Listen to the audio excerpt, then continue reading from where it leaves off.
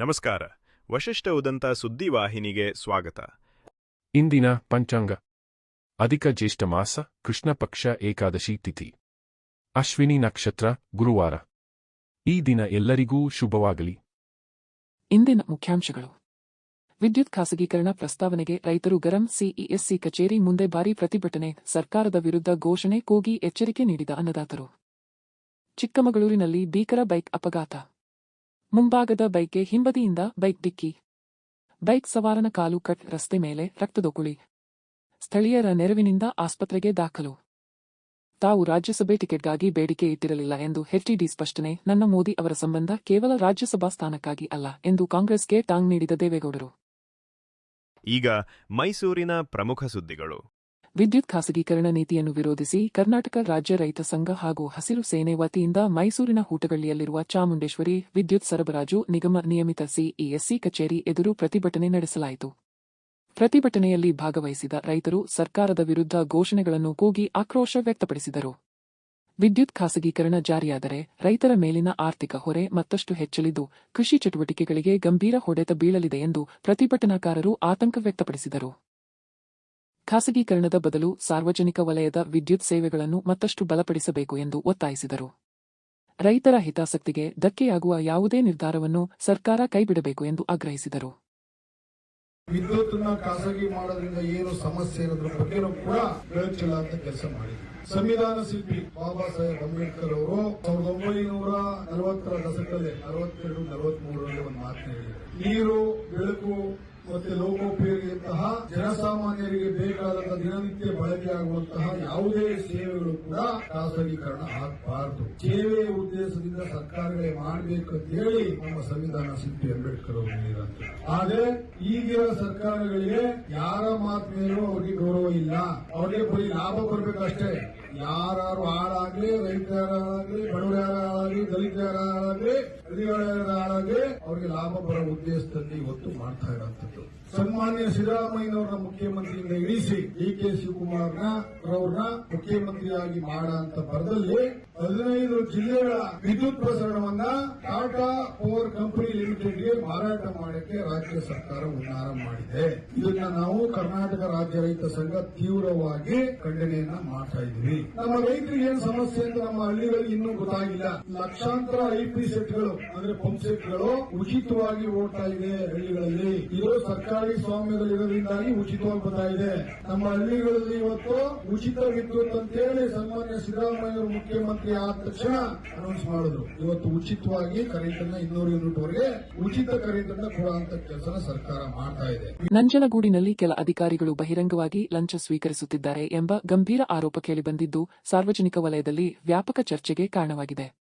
ಸಾಮಾನ್ಯ ಜನರ ಕೆಲಸಗಳಿಗೆ ಅನಗತ್ಯ ವಿಳಂಬ ಮಾಡಲಾಗುತ್ತಿದ್ದು ಕಡತಗಳ ವಿಲೇವಾರಿಗೆ ಲಂಚದ ಬೇಡಿಕೆ ಇಡಲಾಗುತ್ತಿದೆ ಎಂದು ಆರೋಪಿಸಲಾಗಿದೆ.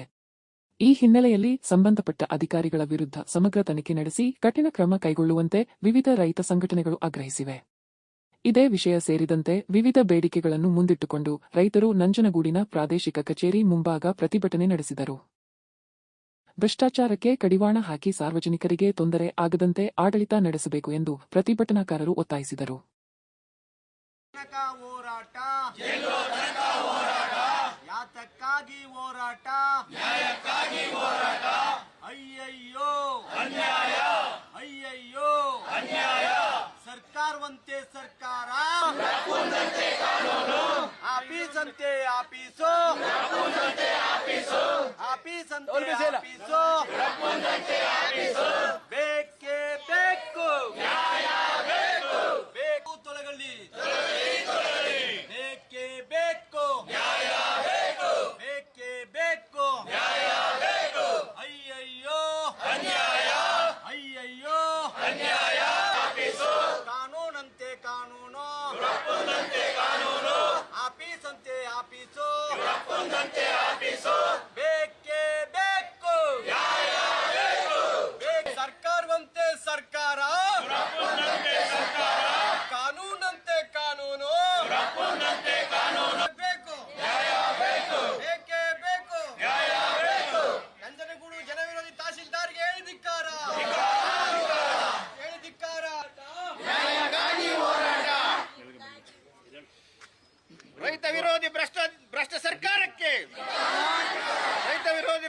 ಇಲ್ಲಿ ಮಾಡೋಂಥ ಉದ್ದೇಶ ನಮಗೆ ಇರಲಿಲ್ಲ.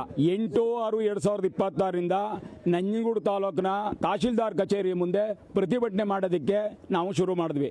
ವಿಚಾರ ಏನು, ನಂಜನಗೂಡು ತಾಲೂಕಿನಲ್ಲಿ ಲಂಚ ಅಂತಕ್ಕಂಥದ್ದು ರಾಜಾರೋಷವಾಗಿ ನಡೀತಾ ಇರ್ತಕ್ಕಂಥದ್ದು. ಅಧಿಕಾರಿಗಳು ಬ್ರೋಕರ್ಗಳನ್ನ ಇಟ್ಕೊಂಡು ಲಂಚನ ಸುಲಿಗೆ ಮಾಡ್ತಾವ್ರೆ. ಮತ್ತೆ ಒಬ್ಬ ವ್ಯಕ್ತಿ ಸತ್ತೇ ಇರಲ್ಲ, ಸತ್ತೋಗೋರೆ ಅಂದ್ಬಿಟ್ಟು ಸುಳ್ಳು ದಾಖಲೆ ಕೊಟ್ಟು ಖಾತೆ ಮಾಡಿಸ್ಕೊಂಡಿರೋರಿಗೆ ಸಪೋರ್ಟ್ ಮಾಡ್ತಾರೆ. ಮತ್ತೆ ಹಿಂದೆ ಇದ್ದಂಥ ಒಬ್ಬರು ತಹಶೀಲ್ದಾರರು ಒಂದು ಆದೇಶ ಮಾಡ್ತಾರೆ, ನನ್ನ ಪರವಾಗಿ ಒಂದು ಆದೇಶ ಮಾಡಿದ್ರೆ ಈಗಿರ್ತಕ್ಕಂಥ ತಹಶೀಲ್ದಾರರು ಇದನ್ನ ತಾವೇ ರದ್ದು ಮಾಡ್ತಕ್ಕಂಥ ಕೆಲಸವನ್ನು ಇವರು ಮಾಡ್ತಾವ್ರೆ. ತಹಶೀಲ್ದಾರ್ ಮಾಡಿರ್ತಕ್ಕಂಥ ಆದೇಶವನ್ನು ತಹಶೀಲ್ದಾರ್ ಯಾಕೆ ಮಾಡ್ತಾರೆ? AC ಅವ್ರು ಮಾಡಬೇಕು, ಇಲ್ಲ DC ಅವ್ರು ಮಾಡಬೇಕು. ಇದನ್ನೆಲ್ಲ ಪ್ರಶ್ನೆ ಮಾಡೋದಕ್ಕೆ ನಂಜನಗೂಡು ತಾಲೂಕು ಅಧಿಕಾರಿಯಾದ ತಹಶೀಲ್ದಾರ್ ಸ್ಮಿತಾ ಮೇಡಮ್ ಅವರು ಉಡಾಪಿಯ ಉತ್ತರ ಹೇಳಿ ನಮ್ಮನ್ನು ಧಿಕ್ಕರಿಸಿ ಓದಿದ್ರಿಂದ ನಾವು ನೆನ್ನೆನೂ ಕೂಡ ಪರಕೆ ಚಳವಳಿ ಮಾಡಿದವು. ನಮ್ಮ ಪ್ರಮುಖ ಬೇಡಿಕೆ ಏನು ಅಂದರೆ ಜಿಲ್ಲೆಯ ಎಲ್ಲ ಕೆರೆಗಳಿಗೆ ನೀರು ತುಂಬಿಸ್ಬೇಕು. ಯಾಕೆಂದ್ರೆ ಈಗಾಗಲೇ ಬರ ಬಂದಿದೆ, ಕುಡಿಯೋಕ್ಕೆ ಜನಕ್ಕೆ ಜಾನುವಾರು ಕುಡಿಯಕ್ಕೆ ನೀರಿಲ್ಲದೆ ಹಾಹಾಕಾರ ಇದ್ದೋಗದೆ. ಆದ್ದರಿಂದ ಎಲ್ಲಾ ಕೆರೆಗಳಿಗೂ ನೀರು ತುಂಬಿಸಬೇಕು. ಮತ್ತು ಈಗಾಗಲೇ ರಾಜಕೀಯ ಹಿಂಬಾಲಕರು ಮತ್ತು ಅಧಿಕಾರಿ ಹಿಂಬಾಲಕರು ಸರ್ಕಾರಿ ಜಮೀನನ್ನ ಲಪಟಾಯಿಸುವ ಉದ್ದೇಶದಿಂದ ಎನ್ಕ್ರೋಚ್ ಮಾಡ್ಕೊಂಡಾರೆ, ಒತ್ತುವರಿ ಮಾಡ್ಕೊಂಡವ್ರೆ. ಅದನ್ನ ಈ ಕೂಡಲೇ ತೆರವು ಮಾಡಬೇಕು.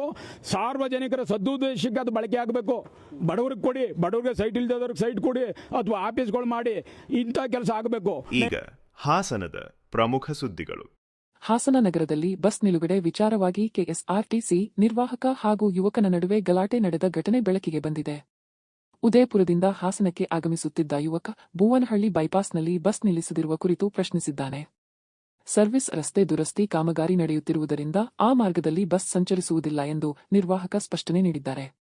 ಈ ವೇಳೆ ಅಷ್ಟಕ್ಕೆ ಇಬ್ಬರ ನಡುವೆ ಮಾತಿನ ಚಕಮಕಿ ನಡೆದಿದ್ದು ಪರಿಸ್ಥಿತಿ ವಿಕೋಪಕ್ಕೆ ತಿರುಗಿದೆ. ಯುವಕ ಘಟನೆ ವಿಡಿಯೋ ಚಿತ್ರೀಕರಿಸಲು ಮುಂದಾಗುತ್ತಿದ್ದಂತೆ ಕಂಡಕ್ಟರ್ ಏರುದನಿಯಲ್ಲಿ ಮಾತಾಡುತ್ತಾ ಜೋರಾಗಿ ಹೊಡೆದೇ ಬಿಟ್ಟಿದ್ದಾರೆ. ಸಕಲೇಶಪುರ ಡಿಪೋಗೆ ಸೇರಿದ ಚಾಲಕ ಹಾಗೂ ನಿರ್ವಾಹಕ ಇಬ್ಬರು ಸೇರಿ ಹಲ್ಲೆ ನಡೆಸಿದ್ದಾರೆ ಎಂದು ಯುವಕ ಆರೋಪಿಸಿದ್ದಾನೆ. ಕೆಎ 18F099 ಸಂಖ್ಯೆಯ ಬಸ್ ಸಿಬ್ಬಂದಿ ವಿರುದ್ಧ ಸೂಕ್ತ ಕ್ರಮ ಕೈಗೊಳ್ಳುವಂತೆ ಸಾರಿಗೆ ಇಲಾಖೆ ಅಧಿಕಾರಿಗಳಿಗೆ ಯುವಕ ಮನವಿ ಮಾಡಿದ್ದಾನೆ. ಸರ್ಕಾರಿ ಸೇವೆಯಲ್ಲಿರುವವರು ಹೀಗೆ ಸಾರ್ವಜನಿಕರ ಮೇಲೆ ಹಲ್ಲೆ ನಡೆಸುವುದು ಎಷ್ಟರ ಮಟ್ಟಿಗೆ ಸರಿ ಎಂಬ ಪ್ರಶ್ನೆ ಉದ್ಭವವಾಗಿದೆ.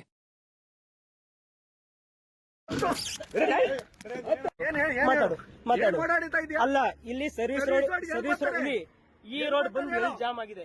ಇಂತ ನಿಲ್ಲಿಸರು ಇಲ್ಲಿಂದ 2 ಗಂಟೆ ಯಾರು ಹೋಗ್ತಾರೆ? ಭುವನಹಳ್ಳಿ ಬೈಪಾಸ್ ಆಯ್ತು, ನೀನ್ ಹತ್ತಿಸ್ಕೊಳಗೆ ಹೇಳ್ಬಿಟ್ಟು ಹತ್ತಿಸ್ಕೋಬೇಕು. ನಮ್ ಪಾಸ್ ತೋರಿಸ್ತಿದ್ದಾನೆ, ನಮ್ ಪಾಸ್ ತೋರಿಸಿದಾಗ ವಿಡಿಯೋ ಮಾಡ್ತಾನೆ ಸರ್. ಆಯ್ತು, ಬೇರೆ ಬಸ್ ಸರ್, ಇಲ್ಲಿ ನಾನ್ ಕೇಳ್ತಾ ಇರೋದೇನಲ್ಲ, ಬೇರೆ ಬಸ್ ಬಂದು ಮತ್ತೆ ಹಿಂಗೂ ಹೋಗಿವೆ. ಇವರು ಸಿಟಿ ಒಳಗೆ ಬರ್ತೀನಲ್ವಾ, ನಾನು ಸಿಟಿ ಯಾವ್ದು ಹೋಗಿಲ್ಲ ಹಂಗ್ರೆ, ನಾನು ನೋಡಿಲ್ಲ ಹಂಗಾರೆ. ನಾನೇ ಬೇರೆ ಬಸ್ ಅಲ್ಲಿ ಬಂದಾಗ ವಿಡಿಯೋ ಮಾಡಿ ತೋರಿಸ್ತೀನಿ. ಹಾಸನದಲ್ಲಿ ರೌಡಿ ಶೀಟರ್ ಆವಲಹಳ್ಳಿ ಮಂಜೇಶ್ ಹತ್ಯೆ ಪ್ರಕರಣಕ್ಕೆ ಸಂಬಂಧಿಸಿದಂತೆ ತನಿಖೆ ತೀವ್ರಗೊಂಡಿದ್ದು, ಪ್ರಕರಣದಲ್ಲಿ ಹೆಸರು ಕೇಳಿಬಂದ ಹಿನ್ನೆಲೆಯಲ್ಲಿ ಕೆಲ ಯುವಕರು ಪೊಲೀಸರ ಮುಂದೆ ಹಾಜರಾಗಿದ್ದ ಘಟನೆ ಹೊಸ ತಿರುವು ಪಡೆದುಕೊಂಡಿದೆ.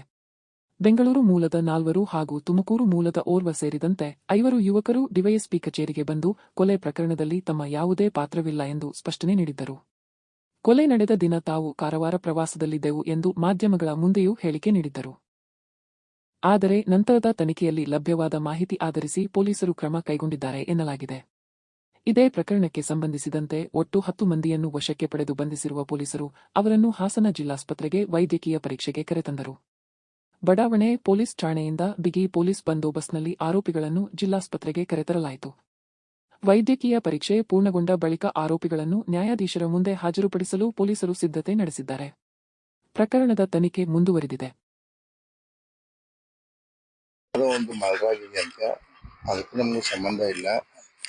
ಏನೋ ನಮ್ಮನ್ನ ಎಂಕ್ವೈರಿ ಮಾಡ್ಬೇಕು ಅಂತ ಕೂಗ್ತಿದ್ದಾರೆ.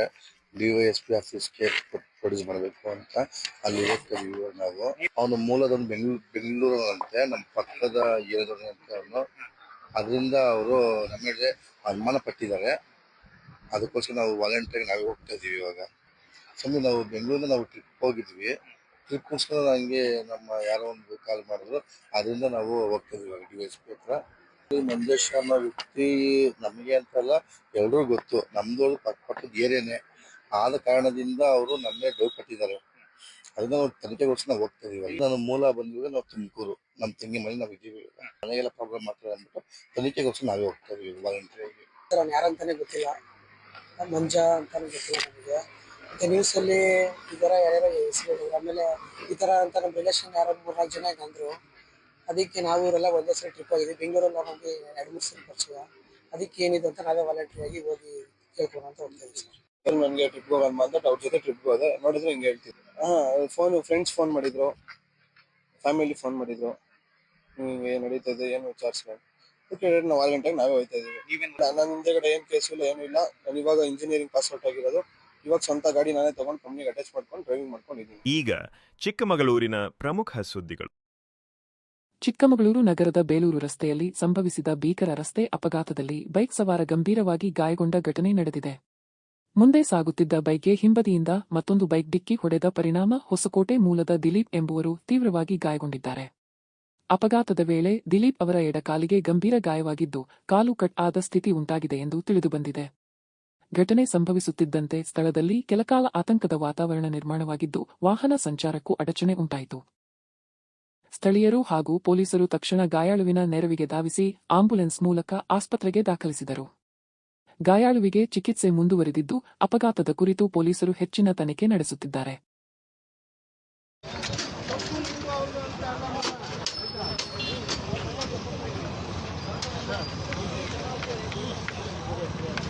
ಒಂಚೂರು ಮುಂದೆ ಮುಂದೆ ಮುಂದೆ ಎತ್ಕೊಳ್ಳಿ.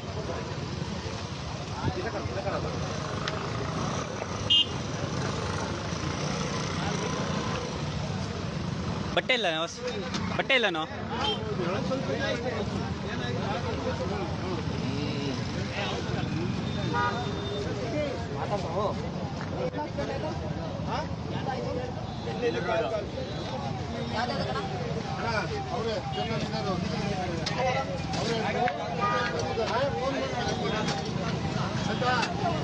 ಗಾಡಿ ನಂಬರ್ ಬರ್ಕೊಂಬೇಕಿತ್ತು.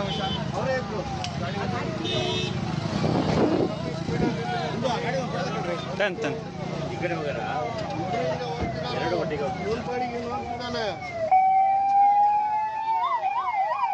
ತೆಗ್ಯೋ ನೀನು.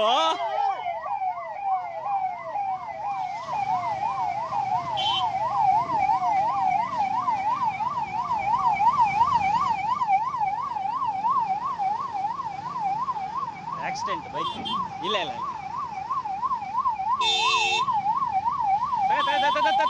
ವಸಂತ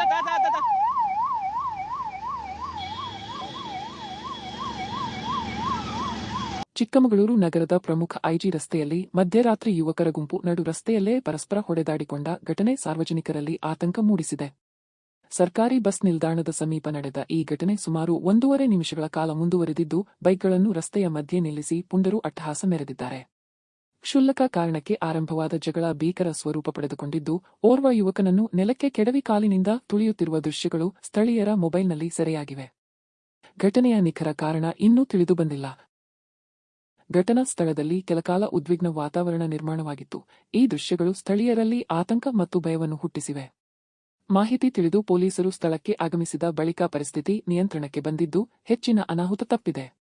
ನಗರದಲ್ಲಿ ಹೆಚ್ಚುತ್ತಿರುವ ಪುಂಡರ ಹಾವಳಿಗೆ ಕಡಿವಾಣ ಹಾಕಿ ಇಂತಹ ಸಮಾಜಘಾತುಕ ಕೃತ್ಯಗಳಲ್ಲಿ ತೊಡಗುವವರ ವಿರುದ್ಧ ಕಠಿಣ ಕ್ರಮ ಕೈಗೊಳ್ಳಬೇಕು ಎಂದು ಸಾರ್ವಜನಿಕರು ಆಗ್ರಹಿಸಿದ್ದಾರೆ.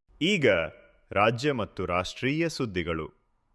ರಾಜ್ಯಸಭೆ ಟಿಕೆಟ್ ವಿಚಾರವಾಗಿ ನಡೆಯುತ್ತಿರುವ ಚರ್ಚೆಗಳ ನಡುವೆ ಮಾಜಿ ಪ್ರಧಾನಿ ಎಚ್.ಡಿ. ದೇವೇಗೌಡ ಮಹತ್ವದ ಸ್ಪಷ್ಟನೆ ನೀಡಿದ್ದಾರೆ. ತಮ್ಮ ಹೆಸರನ್ನು ರಾಜ್ಯಸಭೆಗೆ ಪರಿಗಣಿಸಲಾಗಿದೆ ಎಂಬುದು ಮಾಧ್ಯಮಗಳಲ್ಲಿನ ಚರ್ಚೆಯಷ್ಟೇ ಹೊರತು ತಾವು ಯಾವುದೇ ಹಂತದಲ್ಲೂ ಟಿಕೆಟ್ಗಾಗಿ ಬೇಡಿಕೆ ಇಟ್ಟಿರಲಿಲ್ಲ ಎಂದು ಹೇಳಿದರು. ಕಳೆದ ತಿಂಗಳು ಪ್ರಧಾನಿ ನರೇಂದ್ರ ಮೋದಿ ಅವರ ಪುಸ್ತಕ ಬಿಡುಗಡೆ ಕಾರ್ಯಕ್ರಮಕ್ಕೆ ದೆಹಲಿಗೆ ತೆರಳಿದ್ದರು. ಯಾವುದೇ ಬಿಜೆಪಿ ನಾಯಕರನ್ನು ಭೇಟಿ ಮಾಡದೆ ಬೆಂಗಳೂರಿಗೆ ಮರಳಿದ್ದೇನೆ ಎಂದರು. ರಾಜ್ಯಸಭಾ ಸ್ಥಾನ ಸಿಗದಿರುವುದರಿಂದ ಯಾವುದೇ ಬೇಸರವಿಲ್ಲ ಎಂದು ಸ್ಪಷ್ಟಪಡಿಸಿದ ಅವರು, ಮೋದಿ ಅವರೊಂದಿಗಿನ ತಮ್ಮ ಸಂಬಂಧವು ಒಂದು ಹುದ್ದೆ ಅಥವಾ ರಾಜ್ಯಸಭಾ ಸ್ಥಾನಕ್ಕಾಗಿ ಅಲ್ಲ ಎಂದು ಕಾಂಗ್ರೆಸ್ ಟೀಕೆಗಳಿಗೆ ಟಾಂಗ್ ನೀಡಿದರು. ಕಳೆದ 10 ವರ್ಷಗಳಿಂದ ಬೆಳೆದು ಬಂದಿರುವ ವೈಯಕ್ತಿಕ ಬಾಂಧವ್ಯ ಜೀವನದ ಕೊನೆಯವರೆಗೂ ಮುಂದುವರಿಯಲಿದೆ ಎಂದರು. ಕಾಂಗ್ರೆಸ್ನ ಟೀಕೆಗಳಿಗೆ ಪ್ರತಿಕ್ರಿಯಿಸಿದ ಅವರು, ಈ ವಿಷಯದಲ್ಲಿ ಹೆಚ್ಚಿನ ಆಸಕ್ತಿ ಇಲ್ಲ ಎಂದು ಹೇಳಿ, ಜನಸೇವೆಯೇ ತಮ್ಮ ರಾಜಕೀಯ ಜೀವನದ ಪ್ರಮುಖ ಗುರಿಯಾಗಿದೆ ಎಂದು ತಿಳಿಸಿದರು. ನನ್ನ ವಯಸ್ಸೆಷ್ಟೀಗ 93. ಇನ್ನೆಷ್ಟು ವರ್ಷ ಇರಬೇಕು? ನೀವು ಮಾಧ್ಯಮದಲ್ಲಿ ಇದ್ರ ಬಗ್ಗೆ ತುಂಬ ನನ್ನ ಹೆಸರು ಕನ್ಸಿಡರ್ ಮಾಡ್ತಾರೆ ಅಂಥೇಳಿ ಒಂದು 7-8 ಹೆಸರುಗಳ ಜೊತೆಗೆ ನನ್ನನ್ನು ಸೇರಿಸಿ ನೀವು ಅದಕ್ಕೆ ಒಂದು ದೊಡ್ಡ ಪ್ರಚಾರ ಮಾಡಿದ್ರಿ. ದಯಮಾಡಿ ನೀವು ಪ್ರಚಾರ ಮಾಡಿದ್ದಕ್ಕೆ ನಾನು ಬೇಸರ ಮಾಡ್ಕೊಳ್ಳೋದಿಲ್ಲ, ನಿಮಗೆ ಆಭಾರಿಯಾಗಿದ್ದೇನೆ. ನಾನು ಹೋದ ತಿಂಗಳು 26ನೇ ತಾರೀಕು ಅದನ್ನು ನನ್ನ ಅವರ ಸಂಬಂಧ ಕೇವಲ ಒಂದು ರಾಜ್ಯಸಭಾ ಸೀಟಿಗೋಸ್ಕರ ಅಲ್ಲ, ಅದು ವೈಯಕ್ತಿಕವಾಗಿ ನಾನು ಅವ್ರ ಜೊತೆ ನಿಕಟವಾದ ಸಂಬಂಧವನ್ನು ಬೆಳೆಸ್ಕೊಂಡು ಬಂದಿದ್ದೇನೆ. ನಾನು ಸದಸ್ಯನಿಲ್ಲದೇ ಇದ್ದರೂ ಅದು ಮುಂದುವರ್ಕೊಂಡು ಹೋಗುತ್ತೆ. ಕೇವಲ ರಾಜ್ಯಸಭಾ ಸದಸ್ಯ ಸ್ಥಾನದಿಂದ ನಮ್ಮ ಸಂಬಂಧ ಇತ್ತು, ಇಲ್ಲಿ ಮುಗಿದೋಯ್ತು ಅನ್ನೋ ಪ್ರಶ್ನೆ ಇಲ್ಲ. ಮುಂದೆ ಕೂಡ ನಮ್ಮ ರಾಜ್ಯಕ್ಕೆ ಸಂಬಂಧಪಟ್ಟಂಥ ಯಾವುದೇ ವಿಷಯ ಆಗಲಿ ನಾನು ಮೋದಿಯವರನ್ನು ಭೇಟಿ ಮಾಡಬಹುದು, ಪತ್ರ ವ್ಯವಹಾರ ಮಾಡಬಹುದು. ನಾನು ನನ್ನ ನಿಕಟವಾದ ಸಂಬಂಧವನ್ನು ನನ್ನ ಜೀವನದ ಕೊನೆಯ ಘಟ್ಟದವರೆಗೂ ಅದನ್ನು ಮುಂದುವರಿಸ್ಕೊಂಡು ಹೋಗ್ತೇನೆ. ಅದರಲ್ಲಿ ಯಾವ ವ್ಯತ್ಯಾಸ ಇಲ್ಲ. ನಾವು ಇಂಡಿಯಾ ಜೊತೆ ಸೇರಿದ್ದೇವೆ. ಇದು ಕೇವಲ ಒಂದು ರಾಜ್ಯಸಭಾ ಸೀಟ್ನಿಂದ ಅಂತ್ಯ ಆಗುತ್ತೆ ಅಂತೇಳಿ ಯಾರು ಭಾವಿಸ್ಕೊಳ್ಬಾರ್ದು. Hour bondage, hour relationship will be continued as long as Devuda is alive. And ನಂಜನಗೂಡಿನ ನೆಸ್ಲೆ ಕಾರ್ಖಾನೆಯಲ್ಲಿ ಕೆಲಸ ಮಾಡುತ್ತಿದ್ದ ಸಿಬ್ಬಂದಿಯೊಬ್ಬರು ಆತ್ಮಹತ್ಯೆ ಮಾಡಿಕೊಂಡಿರುವ ಘಟನೆ ಬೆಳಕಿಗೆ ಬಂದಿದೆ. ಕಳೆದ 23 ವರ್ಷಗಳಿಂದ ಕಂಪನಿಯಲ್ಲಿ ಕರ್ತವ್ಯ ನಿರ್ವಹಿಸುತ್ತಿದ್ದ 45 ವರ್ಷದ ಕುಮಾರಸ್ವಾಮಿ ಅವರು ಕಾರ್ಖಾನೆಯ ಲ್ಯಾಬ್ ಒಳಗೆ ನೇಣು ಬಿಗಿದುಕೊಂಡು ಆತ್ಮಹತ್ಯೆ ಮಾಡಿಕೊಂಡಿದ್ದಾರೆ ಎಂದು ತಿಳಿದುಬಂದಿದೆ. ಘಟನಾ ಸ್ಥಳದಲ್ಲಿ ಪತ್ತೆಯಾದ ಡೆತ್ ನೋಟ್ನಲ್ಲಿ ಸಹೋದ್ಯೋಗಿಗಳ ಕಿರುಕುಳದಿಂದ ಮನನೊಂದು ಈ ನಿರ್ಧಾರ ಕೈಗೊಂಡಿರುವುದಾಗಿ ಉಲ್ಲೇಖಿಸಲಾಗಿದೆ. ಅಲ್ಲದೆ ತಮ್ಮ ಸಾವಿಗೆ ಕೆಲ ಸಹೋದ್ಯೋಗಿಗಳೇ ಕಾರಣ ಎಂದು ಆರೋಪಿಸಿದ್ದು, ವಿದ್ಯಾಶ್ರೀ, ರಾಘವೇಂದ್ರ ಹಾಗೂ ದಿನೇಶ್ ಎಂಬ ಹೆಸರುಗಳನ್ನು ಉಲ್ಲೇಖಿಸಿರುವುದಾಗಿ ತಿಳಿದುಬಂದಿದೆ. ಘಟನೆ ತಿಳಿಯುತ್ತಿದ್ದಂತೆ ಪೊಲೀಸರು ಸ್ಥಳಕ್ಕೆ ಭೇಟಿ ನೀಡಿ ಪರಿಶೀಲನೆ ನಡೆಸಿ ಪ್ರಕರಣ ದಾಖಲಿಸಿಕೊಂಡಿದ್ದಾರೆ. ಡೆತ್ ನೋಟ್ ಹಾಗೂ ಇತರ ಸಾಕ್ಷ್ಯಾಧಾರಗಳ ಆಧಾರದ ಮೇಲೆ ತನಿಖೆ ಮುಂದುವರೆದಿದ್ದು, ಆತ್ಮಹತ್ಯೆಗೆ ಕಾರಣವಾದ ನಿಖರ ಪರಿಸ್ಥಿತಿಗಳ ಬಗ್ಗೆ ಪೊಲೀಸರು ಮಾಹಿತಿ ಕಲೆ ಹಾಕುತ್ತಿದ್ದಾರೆ.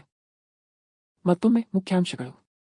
ವಿದ್ಯುತ್ ಖಾಸಗೀಕರಣ ಪ್ರಸ್ತಾವನೆಗೆ ರೈತರು ಗರಂ. ಸಿಇಎಸ್ಸಿ ಕಚೇರಿ ಮುಂದೆ ಭಾರೀ ಪ್ರತಿಭಟನೆ, ಸರ್ಕಾರದ ವಿರುದ್ಧ ಘೋಷಣೆ ಕೂಗಿ ಎಚ್ಚರಿಕೆ ನೀಡಿದ ಅನ್ನದಾತರು. ಚಿಕ್ಕಮಗಳೂರಿನಲ್ಲಿ ಭೀಕರ ಬೈಕ್ ಅಪಘಾತ, ಮುಂಭಾಗದ ಬೈಕ್ಗೆ ಹಿಂಬದಿಯಿಂದ ಬೈಕ್ ಡಿಕ್ಕಿ, ಬೈಕ್ ಸವಾರನ ಕಾಲು ಕಟ್, ರಸ್ತೆ ಮೇಲೆ ರಕ್ತದೊಕುಳಿ, ಸ್ಥಳೀಯರ ನೆರವಿನಿಂದ ಆಸ್ಪತ್ರೆಗೆ ದಾಖಲು. ತಾವು ರಾಜ್ಯಸಭೆ ಟಿಕೆಟ್ಗಾಗಿ ಬೇಡಿಕೆ ಇಟ್ಟಿರಲಿಲ್ಲ ಎಂದು ಎಚ್ಡಿಡಿ ಸ್ಪಷ್ಟನೆ. ನನ್ನ ಮೋದಿ ಅವರ ಸಂಬಂಧ ಕೇವಲ ರಾಜ್ಯಸಭಾ ಸ್ಥಾನಕ್ಕಾಗಿ ಅಲ್ಲ ಎಂದು ಕಾಂಗ್ರೆಸ್ಗೆ ಟಾಂಗ್ ನೀಡಿದ ದೇವೇಗೌಡರು.